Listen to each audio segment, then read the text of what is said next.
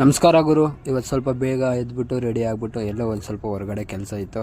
ಆ ಕಾರಣದಿಂದ ಹೊರಗಡೆ ಹೋಗಿ ನನ್ನ ಕೆಲಸ ಎಲ್ಲ ಮುಗಿಸ್ಕೊಂಡು ಬರ್ತಾ ಕಲ್ಲು ಅಂಗಡಿಯನ್ನು ಇಟ್ಕೊಂಡು ಬಂದಿದ್ದೆ. ಹಂಗೆ ಕಲ್ಲು ಅಂಗಡಿಯನ್ನು ಕಟ್ ಮಾಡಿಬಿಟ್ಟು ಅಂಗಡಿಯಲ್ಲಿ ತಿಂತಾ ಕೂತಿದ್ವಿ. ನಮ್ಮ ಶಿವಕುಮಾರನವ್ರು ಟೀ ಕುಡಿತರು, ತಿನ್ನೋರು ತಿನ್ನಲಿಲ್ಲ. ಅವ್ರ ಹತ್ರ ಒಂದು ಸ್ವಲ್ಪ ಹೊತ್ತು ಆಟ ಆಡ್ಕೊಂಡು ನಾನು ಮತ್ತು ನಾಗೇಶ ಕಾಲೇಜ್ ಕಡೆ ಹೊರಟ್ವಿ.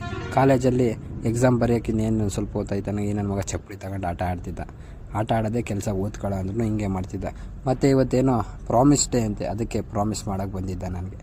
ನೋಡಿ, ಸೆಕೆಂಡ್ ಇಯರ್ ಡಿಗ್ರಿಗೆ ಬಂದ್ರೂ 7ನೇ ಕ್ಲಾಸ್ ಪುಸ್ತಕ ಓದೋದಂತೂ ಬಿಡಲಿಲ್ಲ. ಯಾಕಂದರೆ ಇವತ್ತು ಅದ್ರ ಬಗ್ಗೆನೇ ಎಕ್ಸಾಮ್ ಇದ್ದಿದ್ದು. ಅವಾಗ ಓದಿದ್ರೆ ಇದೆಲ್ಲ ಇರ್ತಿರ್ಲಿಲ್ಲ.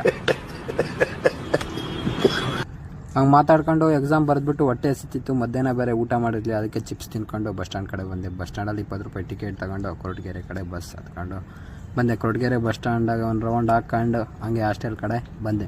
ನಮ್ಮ ಅಣ್ಣವ್ರು ಬೇರೆ ಪೇಪರ್ ಅವಲಕ್ಕಿ ಕೊಟ್ಟರು ತಿನ್ನು ಅಂತ. ನನ್ನ ಕೈಲಿ ಜಾಸ್ತಿ ತಿನ್ನೋಕ್ಕಾಗಲಿಲ್ಲ, ಯಾಕಂದರೆ ನನಗೆ ರೂಢಿ ಇಲ್ಲ. ಅದು ರೂಢಿ ಇದ್ದರೆ ತಿನ್ನೋಕ್ಕಾಗೋದು. ಹಾಗಾಗಿ ಅದನ್ನು ತಿನ್ಕೊಂಡು ನನ್ನ ಬೆಡ್ ಹತ್ರ ಬಂದ್ಬಿಟ್ಟು ಬ್ಯಾಗ್ ಸೈಡ್ಗೆ ಹಾಕ್ಬಿಟ್ಟು ಅಷ್ಟೊತ್ತಿಗೆ ಊಟ ಕೊಟ್ಟರು.